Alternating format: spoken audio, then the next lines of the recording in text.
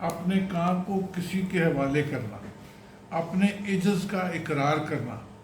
کسی کو وکیل بنانا، جبکہ تصوف کی زبان میں توکل کہتے ہیں زندگی کے تمام امور میں اللہ تعالیٰ پر مکمل بھروسہ کرنا اور تدبیر و اختیار کی تاریکیوں سے پاک ہو کر تقدیر الہی پر یقین کرنا۔ قرآن حکیم میں متعدد آیات میں اللہ تعالیٰ نے توکل کے معنی معرف سمجھائے۔ یہ اپنا لون صاحب نے کافی اس میں پڑھ دی تو اس میں نہیں جاتا۔ آپ نے یہ بھی اپنے حضور صلی اللہ علیہ وسلم کی یہ حدیث بھی آپ نے ترمذی میں لکھی ہوئی ہے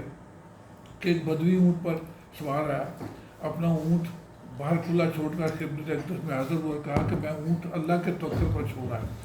تو نبی صلی اللہ علیہ وسلم نے فرمایا پہلے اونٹ کو باندھو پھر اللہ کے توکل پر اسے چھوڑو۔ لہٰذا ایمان والوں پر لازم ہے کہ پہلے اپنے ظاہری احوال درست کریں اور اس کے بعد اپنے پروردگار کے انتظامات پر پورا اعتماد کریں۔ حضور صلی اللہ علیہ وسلم کا ارشاد ہے کہ اگر تم اللہ تعالیٰ پر ایسا توکل رکھو جیسا کہ توکل رکھنے کا حق ہے، تو اللہ تعالیٰ تمہیں اس طرح روزی پہنچائے جس طرح پرندوں کو پہنچاتا ہے جو صبح کو بھوکے ہوتے ہیں شام کو سیر ہو کر آتے ہیں۔ فرمایا کہ جو شخص اللہ کی پناہ چاہتا ہے اللہ تعالیٰ اس کے سب کاموں کی نگرانی فرماتا ہے، اس کے لیے کافی ہو جاتا ہے اور ایسی جگہ اسے روزی پہنچاتا ہے جہاں اسے گمان تک نہیں ہوتا۔ اور جو شخص دنیا کی پناہ لیتا ہے اللہ تعالیٰ اسے اس کے حال پر چھوڑ دیتا ہے۔ اب یہاں یہ بھی میں نے آپ کا لکھا ہوا ہے۔ بعض علماء حق نے بھی توکل کے معنی معرف اپنے بصیرت افروز اقوال کے لیے سمجھا ہے۔ امام غزالی کیمیہ شہادت میں لکھتے ہیں توکل دل کی حالتوں میں سے ایک حالت ہے اور خالق کی وحدانیت اور مہربانی پر ایمان لانے کا نتیجہ ہے۔ اس حالت کے معنی یہ ہیں کہ وکیل یعنی کارساز پر دل سے اعتماد کرنا اور اس اعتماد کو مضبوط رکھنا اور اس کے سبب سے آرام لینا تاکہ روزی میں دل الجھ کر نہ رہ جائے اور ظاہری اسباب میں خلل پڑنے کی وجہ سے آدمی شکستہ دل نہ ہو جائے، بلکہ اللہ تعالیٰ پر بھروسہ رکھے کہ وہی مجھے روزی پہنچائے گا۔ سلیمان ندوی رحمۃ اللہ علیہ فرماتے ہیں توکل نام ہے کسی کام کو پورے ارادے، عزم اور تدبیر اور کوشش سے انجام دینے اور یہ یقین رکھنے کا کہ اگر اس میں بھلائی ہے تو اللہ تعالیٰ اس میں ضرور کامیاب کرے گا۔ لیکن یاد رہے، یہ آگے میں لکھ رہا ہوں کہ اسباب اور توکل کی بحث میں ایک اندیشہ بالعموم یہ بھی ہونے لگتا ہے کہ اس کے اسباب اور توکل کے معنی یوں گڑبڑ نہ کر دیے جائیں کہ انسانی معاشرہ یا تو توکل کی حقیقت کو غیر حقیقی معنی دے کر جمود کا شکار ہو جائے یا پھر اسباب کی دوڑ میں رب العالمین کی ربوبیت ہی کا منکر ہو جائے۔ انسان کی اسی کمزوری کے پیش نظر شیخ عبدالقادر جیلانی نے فرمایا جب تک تیرا ایمان ناقص ہے تو اپنی معاش کی اصلاح کے درپیر ہے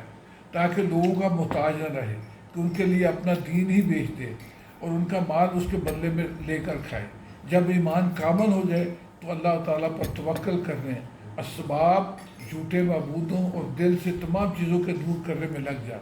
اپنے دل سے شہر، اہل و عیال، دکان اور احباب پر خیال نکال دے۔ ترک اسباب انسانی فہم کے لیے چونکہ مشکل معاملہ ہے، اس لیے ساتھ یہ بھی سمجھا دیا گیا کہ اسباب اور ان کے تعلق کو دلوں سے نکالنے پر اگر پوری قدرت نہ ہو تو کچھ نہ کچھ ہونا چاہیے۔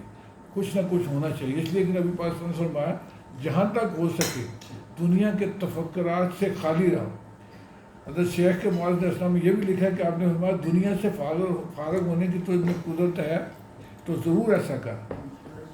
ورنہ اپنی قلبی توجہ سے خدا کی طرف آ اور اس کی رحمت کے دامن سے چمٹ جا تاکہ تیرے دل سے دنیا کے افکار کو نکال دے۔ اللہ تعالیٰ ہر چیز پر قادر ہے، اسے سب کا علم ہے، اسی کے قبض و اختیار میں سب چیزیں ہیں۔ افسوس کہ تو دنیا کے لیے اپنا دل برباد کر رہا ہے، حالانکہ تیرے حصے کی دنیا دے کر اللہ تعالیٰ فارغ ہو چکا اور اس کا وقت مقرر کر چکا جس کا علم اسی کو ہے۔ تو طلب کرے یا نہ کرے ہر روز تجھے رزق پہنچتا رہے گا۔ تیری حرص تجھے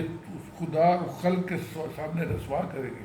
تو ایمان میں کمی کے بعد رزق طلب کرتا ہے اور زیادتی کے ساتھ طلب سے بیٹھ رہے گا۔ اس بحث سے پتہ چلا کہ تمام جانداروں کے مقابلے میں عقل و شعور میں افضلیت اور منصوبہ بندی جیسی صلاحیت انسان کے لیے جہاں تذکیر کائنات کی گتھیاں سلجھاتی ہے، وہاں توکل کے معنی و مفہوموں سے فکری تذبذب جیسی کیفیت میں مبتلا کیے رکھتی ہے، اور اسی تذبذب میں انسان یا تو حصول رزق کے لیے کی جانے والی جد و جہدی کو اپنی کامیابی کی وجہ سمجھ لیتا ہے، یا پھر آباء و اجداد سے محصول مال و دولت جیسی وراثت پر اتراتا رہتا ہے۔ اور یہی وہ کج فہمی ہے کہ انسان حلال و حرام کی تمیز ہی بھول جاتا ہے، اور چوری چکاری، رشوت خوری، امانت میں خیانت، جھوٹ، فریب اور ناپ تول میں ہیر پھیر جیسی بددیانتی سے حاصل ہونے والی آمدن کو بھی اپنی خوشبختی سمجھ لاتا ہے۔ ایسے ہی افراد کے بارے سورہ مائدہ میں ہے، اور آپ دیکھتے ہیں بہتوں کو ان میں سے کہ بڑے تیز ہیں گناہ اور زیادتی کرنے اور حرام خوری میں، بے شک یہ بہت برے کام ہیں۔